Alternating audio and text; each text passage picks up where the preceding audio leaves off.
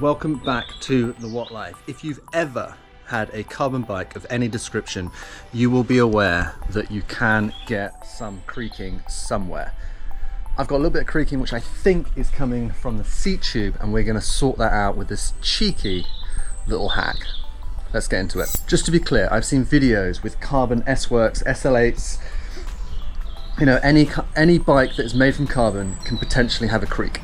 So when it comes to my bike, I'm pretty sure it's not the bottom bracket. This is a BB86 press fit. I've used a thread together, which provides a little bit more stability inside the bottom bracket of the frame. So if I'm riding and I get up out the saddle, there's no creaking whatsoever. So I'm led to believe that it could be coming from the seat tube. And that's kind of where my suspicions are. I was hunting around for some parts on the internet. This is how geeky I am. I was reading the user manual for a different bike frame, just going through it, and at the very bottom I saw this. Now this tip is basically about putting some gaffer tape around the bottom of the seat tube to see whether that changes any of the creaking noises. So I thought I'd give it a go and see if that changes anything, and we'll catch up with you once we're out on a ride and see what effect that has. I'll also point out that instead of using gaffer tape, I'm just using like electrical roll. I think gaffer tape might have been like a colloquialism for just tape. Ultimately, I think this is probably more appropriate. So I'm going to put a roll of this around the bottom of the seat tube, see if that changes anything.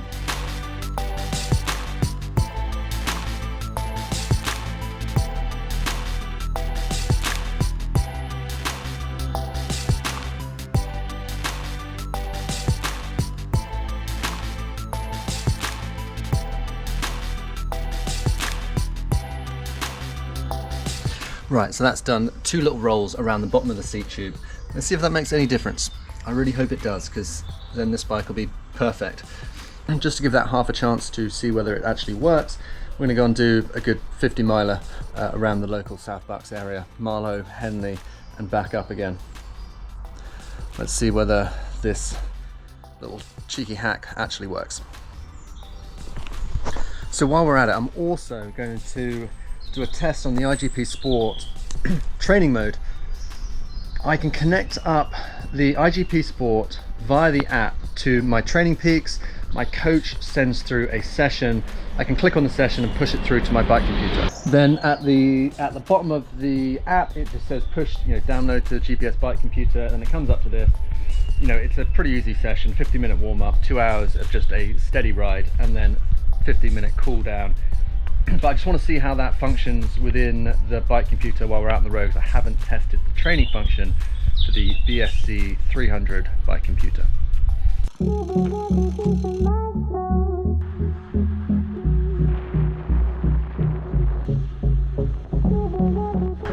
I'd already say that we've got rid of about 90% of the noise from the seat tube already, so that is a massive win.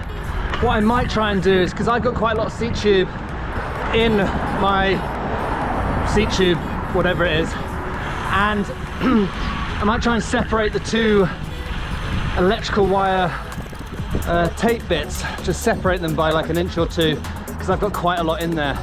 So there's a tiny bit of occasional noise, but oh, it's made such a difference already.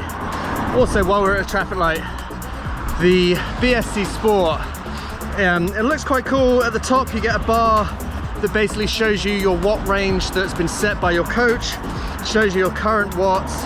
It's color coordinated, so we're green for the warm-up, red for the session, and then it's like blue. It'll go blue for the cool down. We're just about to hit the session, which is a steady 2 hours holding a certain watts. So I've got my watt range up there, I've got my power. Yeah, it's quite cool, and it's only small and handy. The reason I talk about it is because it's very well priced.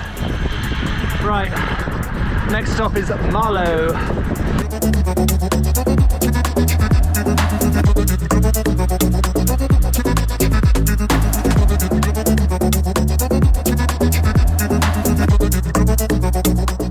Oh, we've just hit Henley. I am terrible at keeping to a training plan.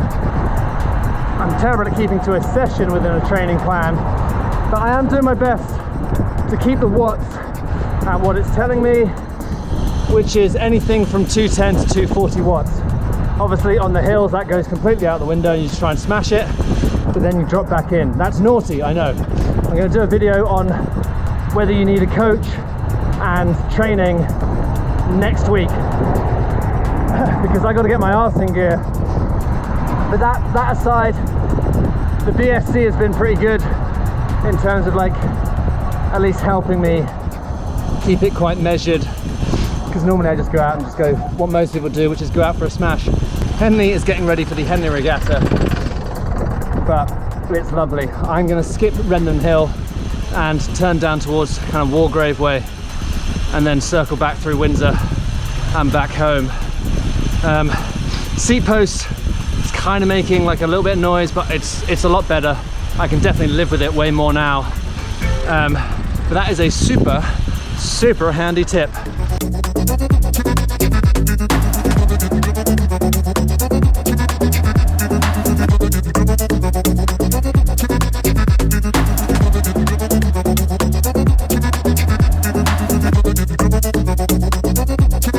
I've been going way too hard, not sticking to my training plan, not sticking to my power zones, but I would not have it any other way.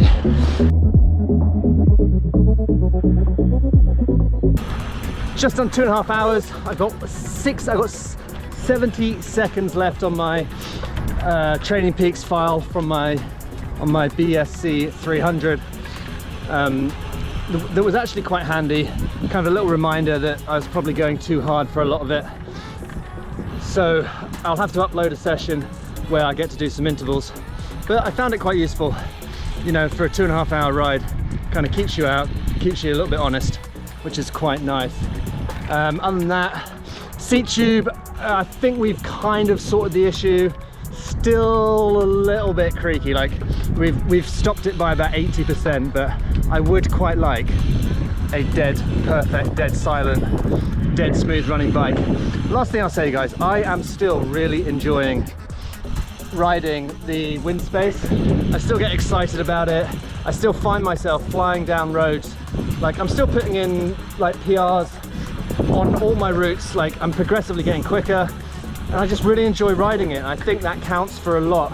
I get excited about going out. I look at it and I'm like, sweet. So that's quite cool. I'm happy about that. So I'm still really happy riding the wind space, the T1550. Right, that's it for today, guys. I will see you on another one soon.